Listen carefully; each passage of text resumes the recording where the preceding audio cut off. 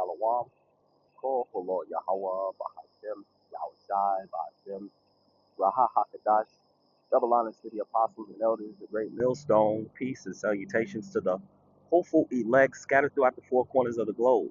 My name is Barad Debar, coming to you from the GMS campus, Indianapolis. And to all those listening and learning, to you, I say Shalom, especially to you so-called blacks, Hispanics, and Native Indians that make up the 12 tribes of Israel. Title uh, of this lesson or thought spiritually is have not pleasure in this world. This world, Esau Edom, so-called white man's world, may actually title it "Have Not Pleasure in Egypt," because it's also known as spiritual Egypt and Sodom, Egypt as in bondage. And so, uh, what our hope and faith is in Yahweh, Bashem Yahushai, and that we have put down the things of this life presently for one that is soon to come. But let's get into it. Only got a few scriptures and there may be a few that come to mind. But it's pretty much let's have have no pleasure in Egypt. This is the book of Hebrews, chapter 11, verse 1.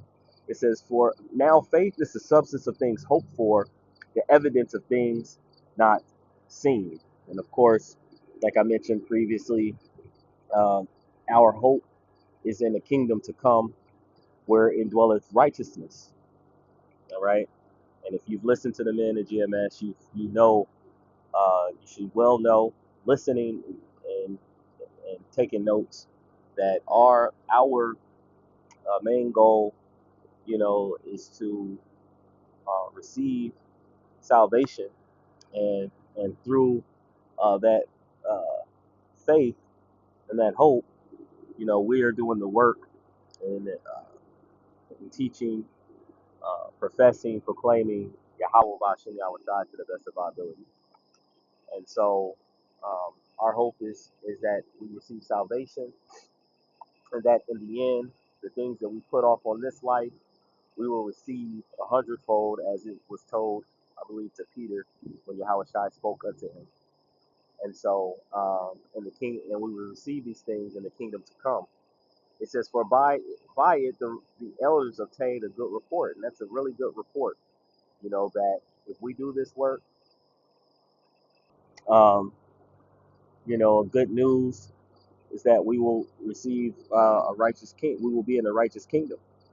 And even on top of that, those who are actually putting their hand to the plow, you know, that we may even be, of the elect, hopefully, but then also hopefully of that 144,000, governors and judges of the world. So let's jump down to the main point I wanted to get. This is verse 23. It says, "By faith Moses, when he was born, was hid 3 months, and his parents uh, and his parents because they saw he was a proper child, and they were not afraid of the king's commandments. By faith Moses, when he was come to years, refused to be called the son of Pharaoh's daughter." So of course, if you know the history, how he was brought up, he was reared up actually in the kingdom of in Egypt. And so, um, I would liken that because, again, the men of today, the prophets of today, were born in a land in which our people have been in captivity. And of course, at one point in time, although he was considered Pharaoh's daughter, he was considered an Egyptian. Many of us, who uh, were born here in the Americas at one point in time called themselves, I would liken it unto a byword, a proverb. Called ourselves everything but who we really are. Um, called ourselves Americans, called ourselves African Americans, which we know, that's two separate names. Um, if you look into that, Leo Africanus, and Amerigo Vespucci. And then when we came of age, of years of understanding, the Lord gave us the spirit and knowledge of understanding through our head apostles and elders and those that came before them. We now refuse, like I said, likened unto Moses, we refuse to be called um, anything but the children of Israel, because that's who we are. So that's just a thought that came to mind when I read that. And it says, choosing rather to suffer affliction with the people of the Most High, right? Being likened unto our brethren, Yahweh Shai.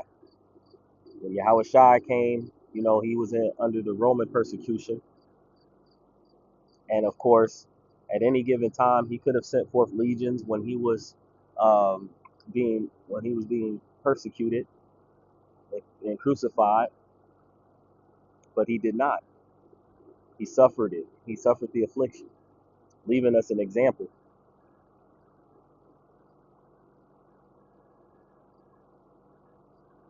Leaving us an example. And so it says,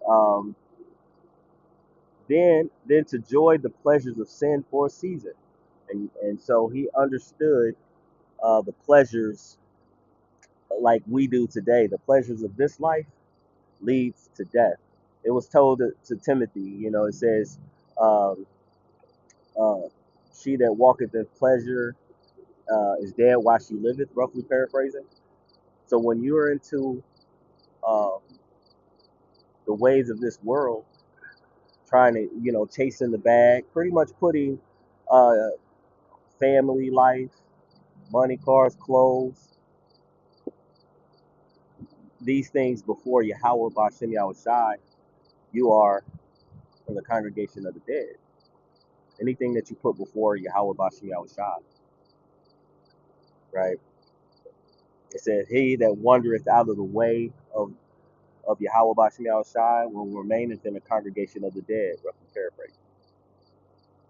But he says, choose rather to suffer affliction with the people of the Most High than to enjoy pleasures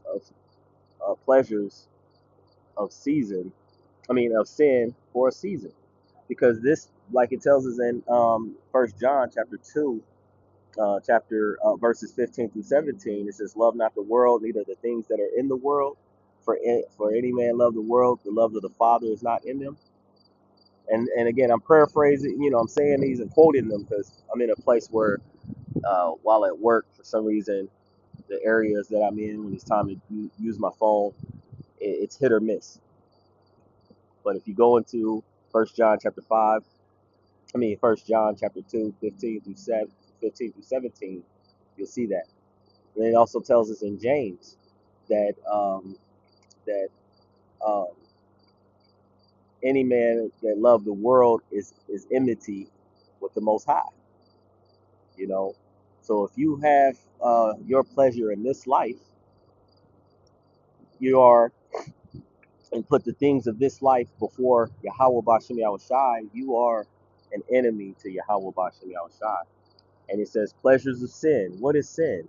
Sin is the transgression of the law.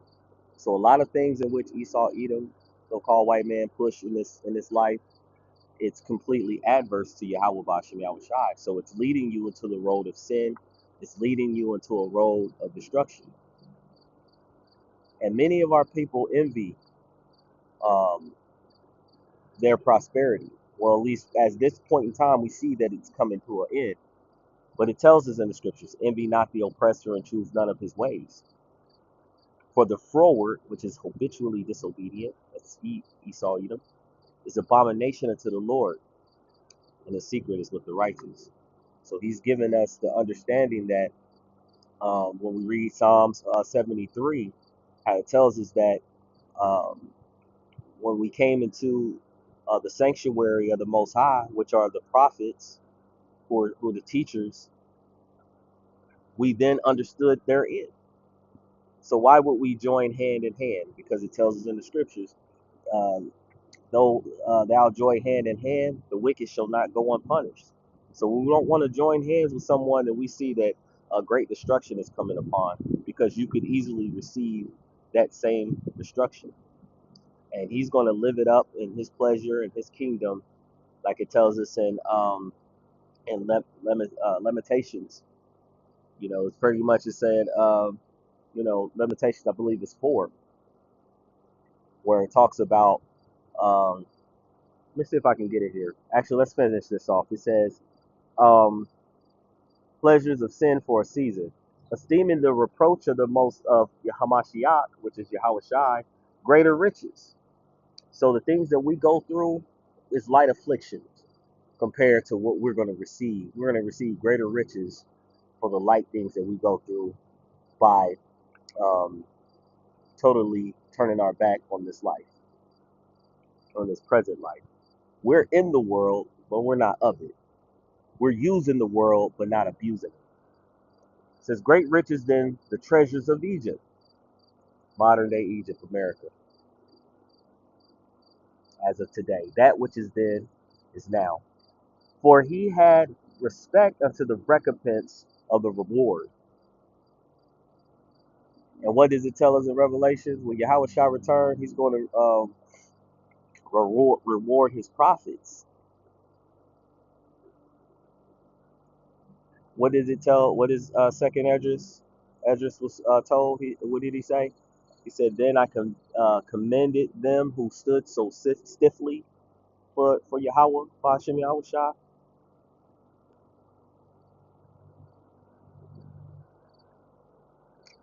Um, what does it tells us in the book of Proverbs? Um, uh, when it comes down to this wisdom, when as it's speaking of wisdom, it says, "There's nothing that can be compared, or on anything that you to desire that can be compared unto it, unto wisdom." What does it tells us? What does Wisdom of Solomon tells us about wisdom? As we seek wisdom over this kingdom, we seek Yahweh Shai over this kingdom. It tells us that if you want scepters or you want rulership, honor wisdom.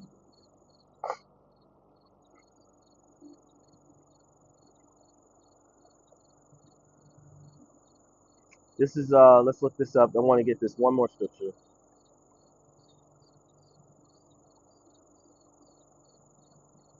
Actually, two more. This is Sirach chapter 9, verse 12. Sirach chapter 9, verse 12. Right here it says, um, delight not in the things that the ungodly have pleasure in,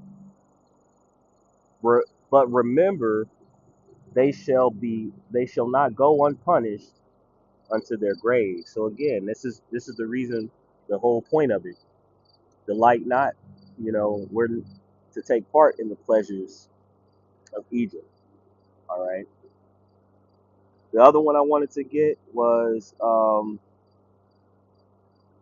further down, verse 19, Sirach chapter 19, verse 5. It says, whoso taketh pleasure in wickedness shall be condemned. And that's the point. But he that resisteth pleasures crowneth his life. So I hope that this lesson was edifying, uplifting, exhorting to the elect body of true believers. Before I end, I'd like to give all praise, honor, and glory to Yahweh, Bahashem, Yahweh Shai, Bahashem, Raha Hakadash. Double honors to the apostles and elders of Great Millstone. Peace and salutations to the hopeful elect scattered throughout the four corners of the globe. Until next time, all those listening and learning to you, I say, Shalom.